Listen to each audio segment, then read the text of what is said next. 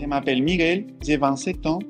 J'ai fait une thèse à Arts et Métiers et plus concrètement dans le laboratoire de mécanique des fluides de Lille.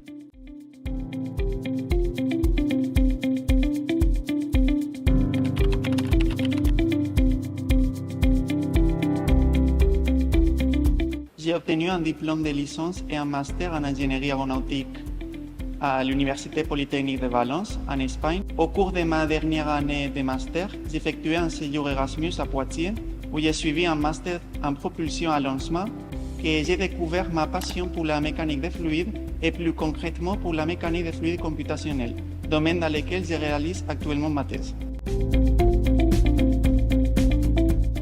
Disons que dans le contexte actuel, il est impraticable de résoudre numériquement de manière précise les écoulements complexes, car ça nécessite beaucoup de temps de calcul que les entreprises ne peuvent pas se permettre. En plus, il faut satisfaire les nouvelles lignes directrices par rapport à la réduction de l'empreinte carbone. Ma recherche se concentre sur l'amélioration des modèles mathématiques afin d'améliorer considérablement les rapports précision-coût. C'est le processus d'apprentissage lui-même. Il y a un plaisir indescriptible à comprendre ce qui ne fonctionne pas et pourquoi ça ne fonctionne pas, et à déterminer la direction à suivre pour trouver la solution correcte. Le monde académique et les explications théoriques des phénomènes physiques m'ont toujours fasciné, et après avoir réalisé plusieurs projets universitaires, je me suis rendu compte que je voulais avoir mon propre projet. Obtenir quelque chose de nouveau par rapport à ce qui est déjà connu, afin d'aider la communauté scientifique à avancer dans mon domaine. Le principal problème que nous rencontrons tous quand nous commençons avec un sujet de recherche, c'est le fait de ne pas bien maîtriser la matière. Parce que même si nous sommes très bons dans un domaine, les sujets de recherche intéressants normalement se situent à la frontière entre plusieurs domaines. Et ça demande un apprentissage continu. J'ai dû acquérir plusieurs compétences, comme par exemple dans des langages de programmation que je ne connaissais pas. J'ai dû apprendre beaucoup de concepts dans des domaines où je n'étais pas un expert, comme par exemple l'intelligence artificielle.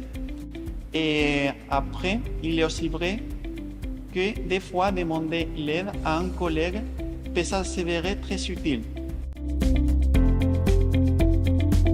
Je ne travaille pas seul, je fais partie d'une équipe de recherche avec des personnes qui travaillent sur des sujets similaires du mien, et nous faisons des réunions périodiques pour faire le point sur nos recherches respectives et échanger des conseils quand nous rencontrons des obstacles.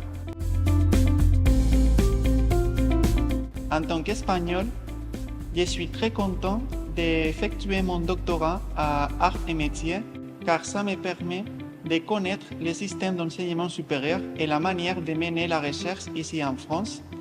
Et la qualité de la recherche, en France en général et à Arts et Métiers en particulier, étant très élevée, cela me permettrait la perspective de collaboration future si l'occasion se présente. On peut envisager une carrière dans un établissement d'enseignement supérieur ou un laboratoire axé sur la recherche, mais aussi dans le secteur privé, il y a pas mal d'entreprises qui apprécient les compétences acquises durant un doctorat, telles que la capacité de communiquer, la pensée critique ou l'autonomie du travail. Et les entreprises cherchent des employés avec ces profils-là. Dans mon cas, je vais poursuivre dans le monde académique parce que j'aime bien le monde universitaire et le fait de travailler dans un lieu dédié à l'échange de connaissances. Pour une personne qui veut être le responsable de son propre projet et qui veut avoir une certaine liberté pour le mener à bien, une thèse peut être un bon choix pour sa carrière professionnelle.